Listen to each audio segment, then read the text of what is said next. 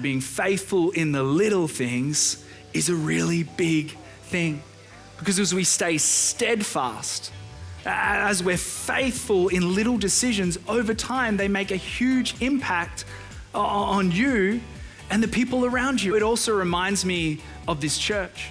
Many of you may not know the history of this church and what it has taken on the journey to get where we are today. I was looking at some photos of our history this week, and I saw this one of a baptism, just like we're going to be doing at the end of today out in the waters of Mandurah. That was sometime in the 1970s. And then as we move forward, we see this, look, August 1959. That was the opening of the church that we are in right now. Think about the small, faithful actions of a few.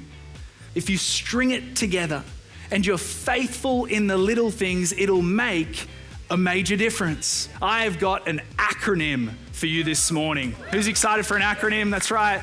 You aren't a pastor if you don't use an acronym. Here it is. GRIT. True Grit. John Wayne Special. G stands for R for I for, and T for teachability. G stands for grace. Why do we need grace? Because you are going to mess up. You need grace for yourself. We aren't perfect. And at some point in our walk, if we don't have grace for ourselves, we're going to start thinking that, hey, I'm not good enough. I don't know if I'm worthy to be around this or do that. I'm not sure if I'm capable. And we begin to disqualify ourselves up here. You need grace for others. Because I don't know if this is news to you, but the people around you are broken too.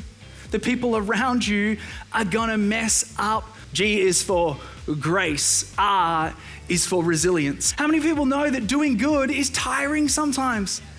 Sometimes we give of ourselves in such a way that leaves us feeling drained and weary. Sometimes we can't see the end result of everything that we have done, and that's why it says at the proper time. Not at your time, not according to my time, but at the proper time with Jesus Christ and his Spirit alive in us, that we are more than overcomers, that he makes us resilient. It's not in your own strength, it's by his Spirit. We're called to be resilient. And the I is for integrity. So let me just give you a quote. If someone has integrity, then nothing else matters. But if you don't have integrity, nothing else matters. Let that sink in for a moment. We're called to live a life that is consistent with the Word of God and in every one of our interactions. T is for teachability.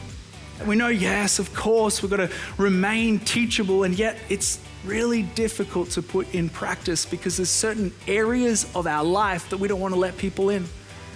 Let me get super practical. You see, if you believe that there is nothing else for someone to teach you on a particular thing or a particular topic, do you know what happens?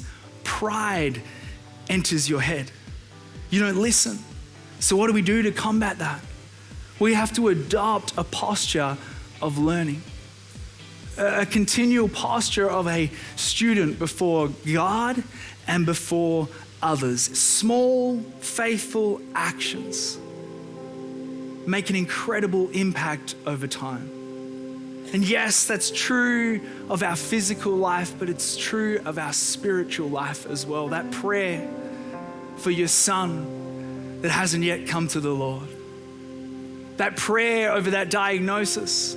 That prayer over that brokenness on the inside of you, that prayer over the unforgiveness that you just can't seem to let go, that prayer over the addiction that just keeps on gripping onto you. Even when we don't see the results that we so desperately want, remember and know that your God is in control. Your God is great. He is mighty. He is healer. He is provider. He is worthy of our praise. He's worthy of our faithfulness. He's worthy of our commitment to him. Our God is a good God.